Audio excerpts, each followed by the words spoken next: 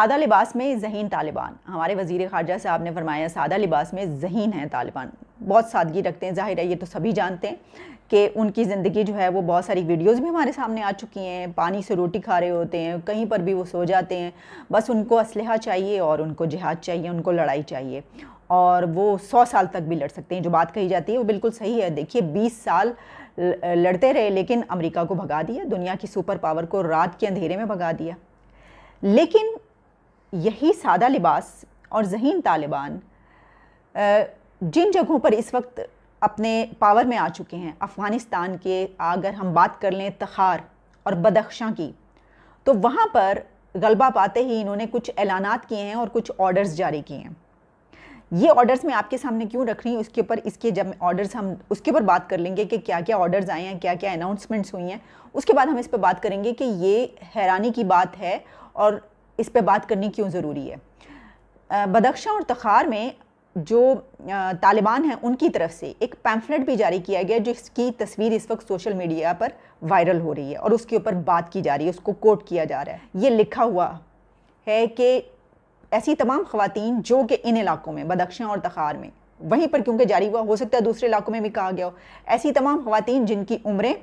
15 साल से ऊपर हैं, यानी 15 साल से ज़्यादा उम्र की जितनी लड़कियां हैं और वो तमाम ख़वातीन जो बेवाएँ हैं, उनकी एक लिस्ट तैयार की जाए और वो लिस्ट तालिबान को सबमिट की जाए।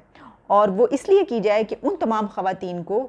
उन मर्दों के हवाले कर दिया जाएगा जो इस वक्त अल्लाह के नाम पर लड़ाई लड़ रहे हैं, यानी जो इस वक्त जिहाद में हिस्सा ले रहे हैं, वो इसको जिहाद ही कह रहे हैं, जो अफ़गान फोर्सेस से लड़ रहे हैं। तो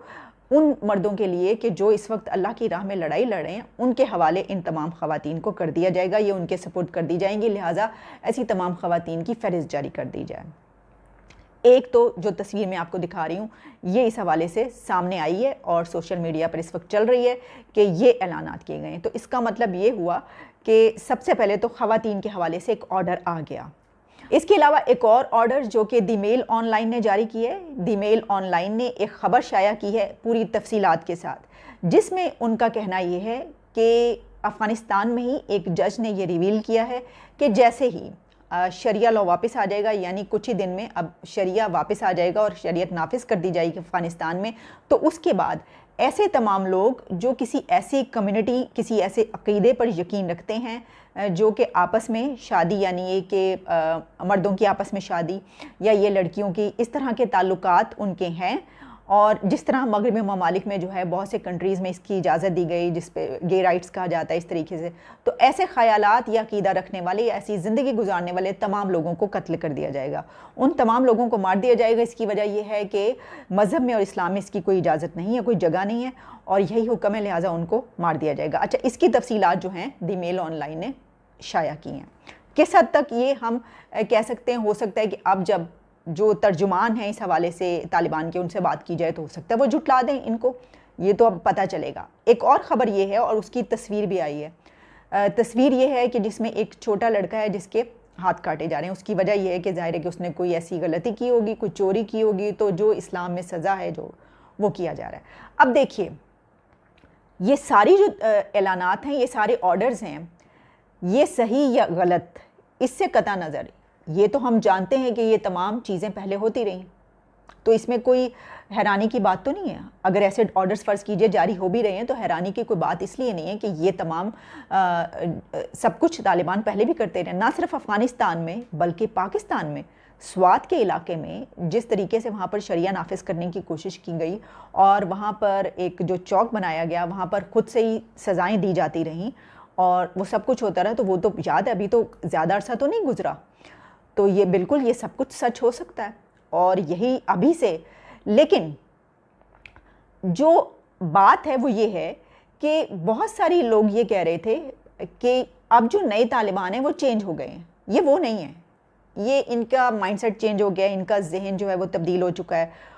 हमने ये भी देखा कि सुहेल शाहीन जो तर्जुमान हैं, उन्होंने जब अभी काफ़ी दिन पहले जब आगाज़ में उन्होंने अपनी स्टेटमेंट्स जारी करनी शुरू की, इंटरव्यूज़ देने शुरू किए थे, कुछ अर्सा पहले की बात है, तो उन्होंने कहा कि हम एजुकेशनिस्ट भी लेना चाहते हैं, हम टीचर्स भी लेना चाहते हैं अपनी हुकूमत में, हम इंटेलेक्चुअल्स भी अपनी हुकूमत में लेना चाहते हैं। उनसे जब पूछा गया, उन्होंने कहा हम तालीम के पूरे मौके देंगे। ख़वातीन के हवाले से पूछा गया, उन्होंने कहा जनाब जिस चीज़ की इजाज़त है हम वो सब कुछ उनको करने देंगे।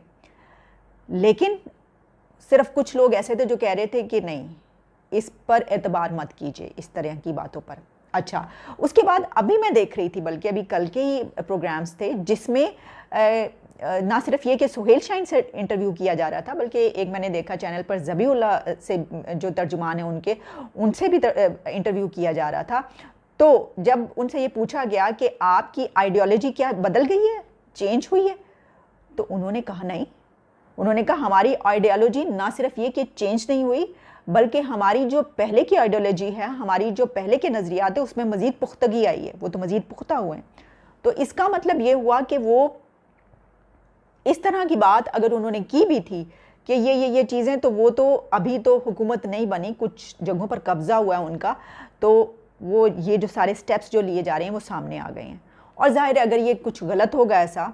या ये कि कुछ झूठ होगा, वो भी सामने आ जाएगा। अगर कोई ये कहना चाह रहा है कि जी नहीं ये तो फेक है, सब कुछ है, तो वो भी सामने पता चल ही जाएगा कि नहीं जी ये गलत था, जो भी होगा। लेकिन मैंने वही एक बात की थी, इसमें हैरानी की बात क्या है, ये सब कुछ तो वो पहले करते रहे, और कौन ये सोच सकता है कि वो उनकी हुकूमत जब वहाँ पे आ जाएगी तो ये सब कुछ नहीं होगा? क्या आप ये सोच सकते हैं? उस सूरत में तो हो सकता है कि जब बहुत सारे कंट्रीज़ दबाव डालकर अमेरिका की तरफ से दबाव आए, किस हद तक वो मानते हैं ये नहीं पता, फिर तो शायद वो अपनी कुछ पॉलिसीज़ बदल दें, वरना ये सब कुछ जो खबरें आई हैं बिल्कुल यही कुछ होने जा रहा है और होगा।